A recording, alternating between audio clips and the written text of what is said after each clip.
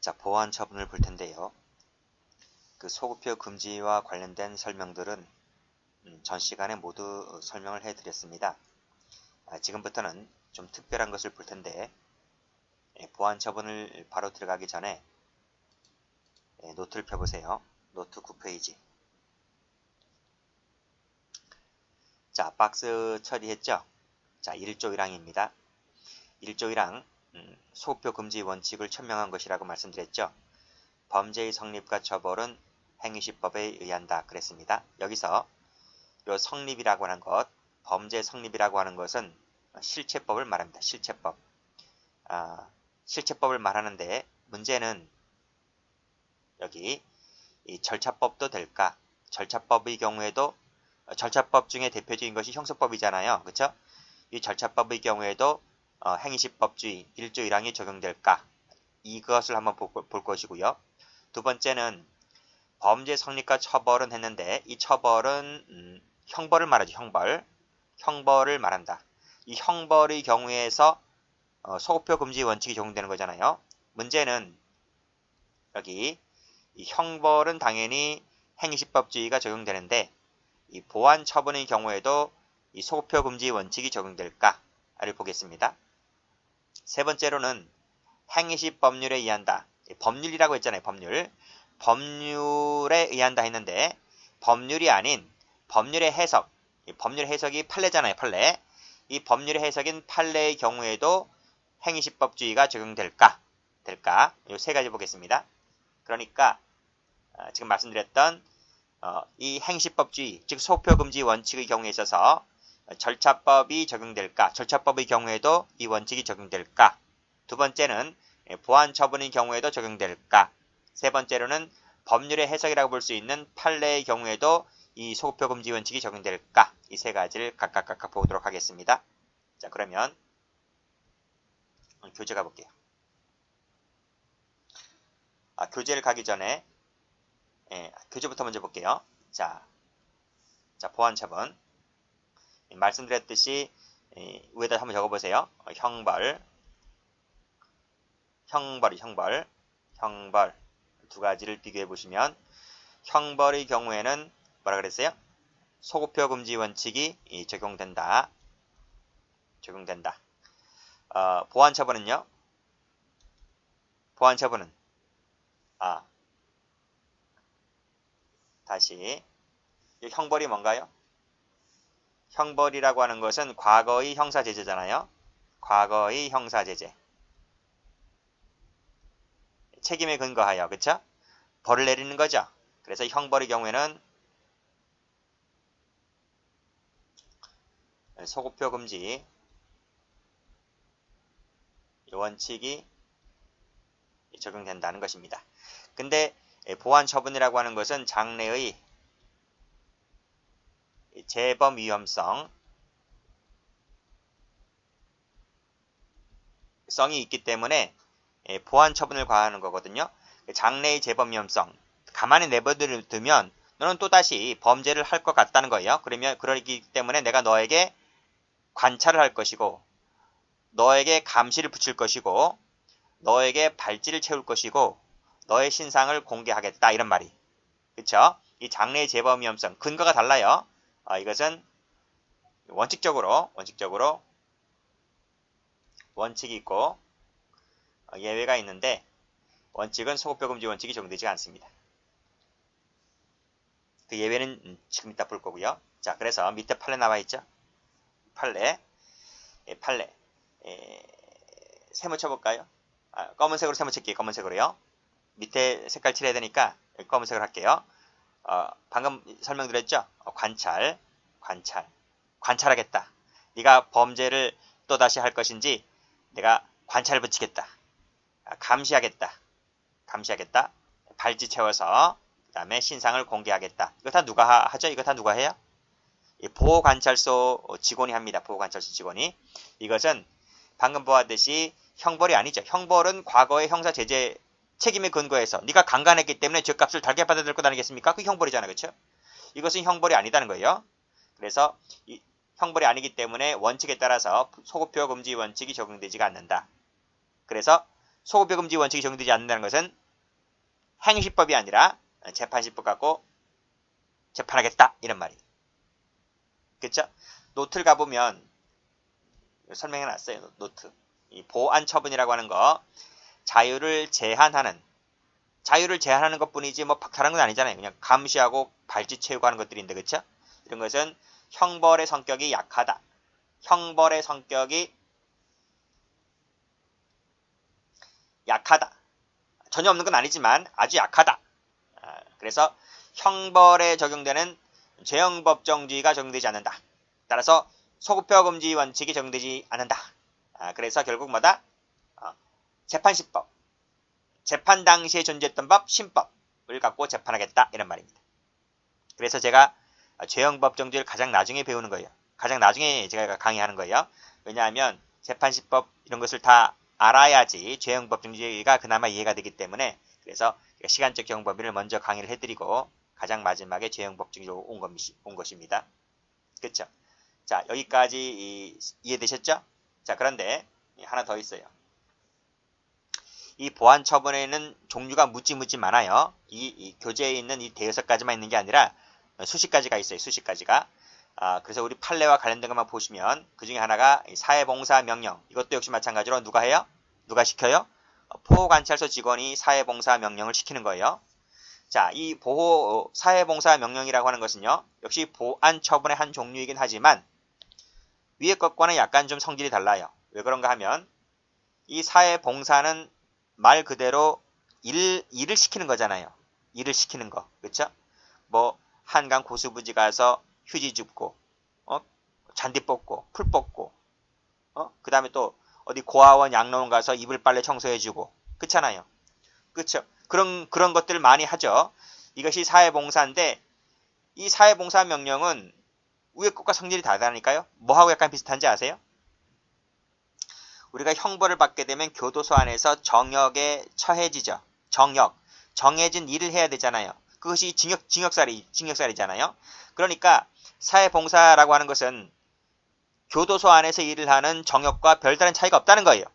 그냥 담장 안에서 일을 하냐, 담장 바깥에서 일을 하냐, 그 차이밖에 없는 거예요. 자유라는 게 있어요? 아침 9시까지 나와라. 6시에 퇴근하고. 그렇잖아요. 보호관찰소 직원이 어디까지, 그쵸? 어느 장소까지 나와라. 그때부터 일을 시작하겠다. 그쵸? 그러면 아니 나는 안 되는데요. 난 벚꽃놀이 가야 되는데요. 나 해외여행 가야 되는데요. 이렇게 할 수 있나요? 그런 자유가 없잖아요. 그때까지 나와야 되는 거죠. 그쵸? 그래서 지정된 시간 장소에 와서 일을 해야 되는 것이다. 그래서 그것은 교도소 안에서 일을 하는 것과 별반 차이가 없다는 겁니다. 그래서 이것이 보안처분의 한 종류이긴 하지만 그나마 위의 것들보다는 형벌적 성격이 그나마 있더라. 그래서 죄형법정주의가 적용이 된다. 는 말은 소급표금지 원칙이 적용된다. 소급표금지 원칙이 적용되는 것이기 때문에 구법, 행위 당시에 존재했던 법, 행시법을 갖고 재판하겠다. 이런 말입니다. 아시겠죠? 이 차이를 잘 봐두시기 바랍니다. 자, 됐죠? 여기서 이건 좀 지워버리세요. 요거는 뭐 자유제한적 보안처분, 자유박탈적 보안처분은 좀 지우시기 바랍니다. 좀 지우세요. 이 두 가지만 이렇게 차이를 보시면 돼요. 자, 다시 이 교재를 와서 보시면 좀 밑엔 2번 나와 있죠? 사회봉사에다가 동그라미 검은색 동그라미 치시고 형사처벌 대신 부과하기 때문에 형벌적 성격이 그나마 좀 있다는 것입니다. 그래서 이 원칙이 적용되는 것이므로 행시법 갖고 재판하겠다. 요 1번, 요 2번을 이제 보도록 하겠습니다. 자, 첫 번째 판례 요거 별표. 무지 잘 나온다는 거예요. 적용되는 것이니까 빨간 펜 들어볼게요. 사회봉사 동그라미 밑에 사회봉사 동그라미 치시고 방금 말씀드렸죠? 행위시법이다. 행위시법. 다른 말로 이퀄 구법이다. 이 말이에요. 그래서 밑에 줄 가보시게 되면 신법이죠. 재판시법이죠. 이퀄 재판시법인 겁니다. 적용하면 돼야 안 돼요? 안 돼요. 위법이에요. 위법. 그래서 요 시험 문제 잘 나와요. 요것을 적법하다. 요 한 글자만 바꿔요. 그럼 틀려요. 위법이냐 적법이냐. 요거 꼭 좀 기억을 해두시기 바랍니다. 다시 한번 가볼까요? 사회봉사 명령은 그 밑에 나오죠. 보안처분의 성격을 갖고 있는 것이 사실이다. 그래 원래 보안처분인 거예요. 보완처분이다. 그러나 이는 형사처벌 대신 부과하는 것으로서 가정폭력 범죄를 범한 자에게 의무적 노동을 부과하여, 그쵸? 여기 나오잖아. 의무적 노동을 부과하여 여가시간을 박탈하는 것이므로 실질적으로 자유를 제한하는 것에 대해 해당하므로, 그치? 형벌과 유사하잖아요. 그쵸? 그렇기 때문에 재형법정지에 적용되는 것이므로 행시법을 적용함이 타당하다. 이렇게 보고 있습니다. 됐죠? 그러니까 원래 보완처분의 성격이라니까요. 그런 것도 있지만 밑에 있는 성격이 좀 더 강하다. 이렇게 보시면 됩니다. 자, 2번은 잠시 이따 보도록 하고, 자, 그 밑에 판례 1번 별표.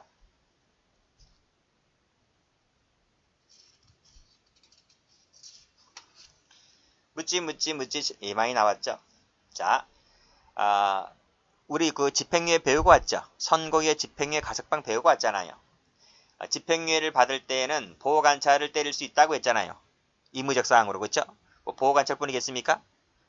사회봉사, 집행유예 다 때릴 수 있잖아요. 그때 집행유예를 때릴 때 보호관찰을 명할 수 있다고 되어 있는데, 이때 보호관찰은 안 되는 거니까 파란색이네요. 관찰 세모 쳐보시고. 관찰은 보완처분의 성격을 띠고 있는 것이기 때문에 밑에 반드시 행위 이전에 규정되어 있어야 하는 것은 아니며 재판시법이죠. 밑줄 쫙 끄시고. 신법입니다. 신법에 따라서 보호관찰을 받을 것을 명할 수가 있다. 이런 말이. 됐죠? 그 다음 밑에 공개명령 나와 있죠? 세모 쳐보시고. 밑에 또 공개명령이죠? 세모 쳐보시고. 밑에 전자감시죠? 세모 쳐보시고. 성질 똑같아요. 전부 다 재판시법에 따른 거죠. 그래서 밑에 쭉 읽어보시게 되면 2번도 형벌과 구별된다.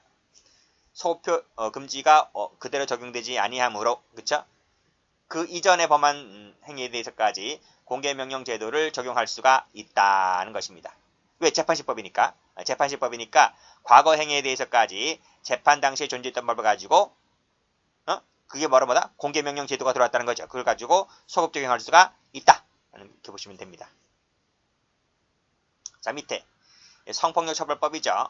성폭력 범죄를 범한 자에 대해서 그 시행 전에 범죄를 범하였다는 것입니다. 그래서 공소가 제기되었다 할지라도 개정된 법에 따라서 공개명령의 대상이 된다 하는 것입니다. 재판시법이니까 재판시법에 따라서 공개명령의 대상이 된다. 이렇게 보시면 돼요.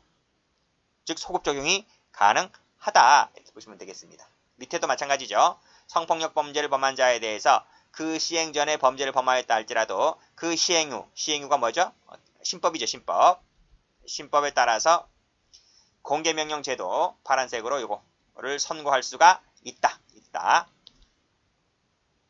소급 적용할 수가 있다 하는 것입니다. 그 시행 전에 행한 범죄에 대해서 소급 적용할 수가 있다.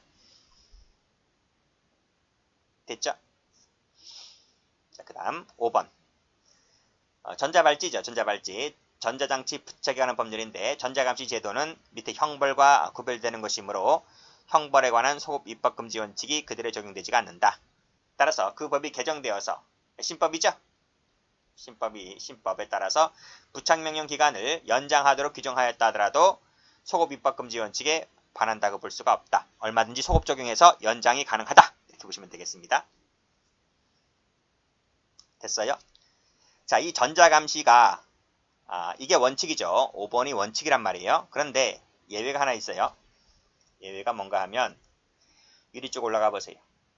올라가 보시면 개정된 전자장치 부착법. 이게 바로 이 전자장치 부착법이라는 것이 이겁니다. 이 밑에 거. 특정 범죄자에 대한 위치 추적 전자장치 부착에 관한 법률인데 이 좀 말이 길죠. 근데 요게 이제 그 최근에 개정이 됐어요. 제목도. 그래서 요게 이제 줄여지죠. 요게 이제 없어지게 되고 이제 남은 것 전자장치 부착법 이렇게 바뀌어요. 전자장치 부착에 관한 법률로 이렇게 바뀌어요. 제목이 타이틀이.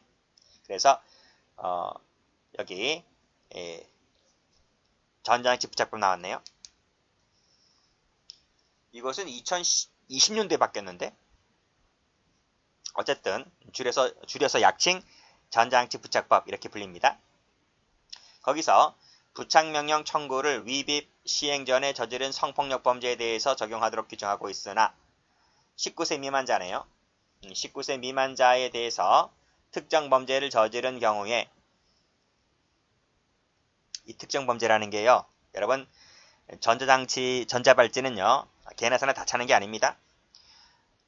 전자발찌라고 하는 것은 특정 범죄를 저지른 사람에게만 차는데 그 특정 범죄가 네 가지가 있어요. 네 가지. 그냥 참고로만 알아두세요. 성폭력 범죄, 뭐 강간 같은 경우, 그 다음에 미성년자 유괴 범죄, 그 다음 살인 범죄, 강도 범죄, 그 네 가지입니다. 요 네 가지를 저지른 놈에게만 훈장으로 이 전자장치, 전자발찌를 채워주죠. 그 외의 범죄에는 전자장치 차고 싶으면 못 차요. 그 네 가지 범죄를 저지른 애들만 찹니다. 그 중에서 19세 미만자 있죠. 19세 미만자를 성폭력했다. 그쵸? 그러면 그 기간을 하한을 2배까지 가중하도록 규정해놨다는 것입니다. 규정해놨다. 그러니까 19세 이상자면 하한 2배가 아닌데 19세 미만자를 강간했다면 발찌 차는 기간이 최하 하한 기간이 2배 가중하고 있는데 여기에는 명시적인 소급 적용에 대한 명시적인 경과 규정을 두고 있지는 않다. 이와 같이 형벌 조항이 피고인에게 불리한 내용으로 개정이 되었다라고 했을 때 그 소급 적용에 대해서 명시적인 경과 규정이 없는 이상 원칙적으로 그 조항의 소급 적용을 부정하는 것이 형법 제1조 1항에서 천명하고 있는 행시법주의에 부합한다는 것입니다. 경과정을 두고 있지 않기 때문에 즉 19세 미만에 대해서 강간을 저지른 놈에 대해서 부착기간 2배 이상을 가중하도록 한 조항은 소급 적용이 안 된다. 소급 적용이 안 된다. 그러니까 이런 얘기예요. 자, 2012년도라고 되어 있으니까 2010년도 한번 해볼까요? 10년도 1월 1일 날 요 갑이라는 놈이 16살짜리 16세죠. 16세 여자아이를 강간했다. 그래서 이 친구가 발찌를 차죠. 발찌. 이 친구가 발찌를 찹니다. 발찌를 차는데 여기서 2012년도죠. 2012년도 12월 18일 날 이 법이 바뀌어요. 이 전자장치 부착법이 개정이 됩니다. 개정이 되어서 어떻게? 19세 미만자는 하한의 2배 하도록 이 법이 개정됩니다. 개정된다라고 했을 때 재판 당시에 법이 개정이 됩니다. 재판 중에 이 법이 개정된다라고 했을 때 여기서 판결 때리죠. 판결 선고시. 판결 선고를 때릴 때에는 이것은 뭐다? 이 범죄 행위 당시에는 2010년도 1월 1일 달에는 하한 2배 조항이 없었어요. 여기에서는 요 당시에는 하한 19세 미만자에 대해서는 하한 2배를 하겠다는 그런 조항이 없었단 말이죠. 없었고 재판 당시에 이런 조항이 있었다라고 했을 때는 밑에 그 적용에 대해서 명시적인 경과 조항이 없기 때문에 그때는 이 소급 적용이 되는 것이 아니라 이 법이 개정된 그 이후부터만 적용하겠다 이런 말이. 아시겠죠? 그래서 판결 선고할 때는 뭐다?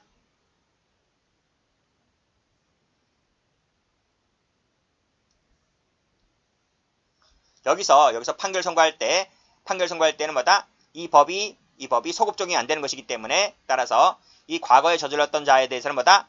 19세 미만자라 할지라도 하한 2배가 안 된다 이런 말이. 무슨 말인지 알겠죠? 그래서 이 법이 제정된 이후에 했다면 모를까 그 전에까지는 소급 적용이 안 되겠다 이런 말입니다. 그래서 이거 한번 받으시고 그래서 지금 동그라미를 쳐야 되는데 뭐 어딜 쳐도 괜찮아요. 19세 미만 동그라미 쳐보시고 요거 밑줄 쫙 그시고 요것은 뭐다? 행위시법이다. 이렇게 봐두시면 되겠습니다. 재판시법 하면 안 돼요. 그래서 요거랑 비교하시기 바랍니다. 맨 밑에 5번 8랑 비교하시고 자, 그 다음 소송법 규정 가볼까요?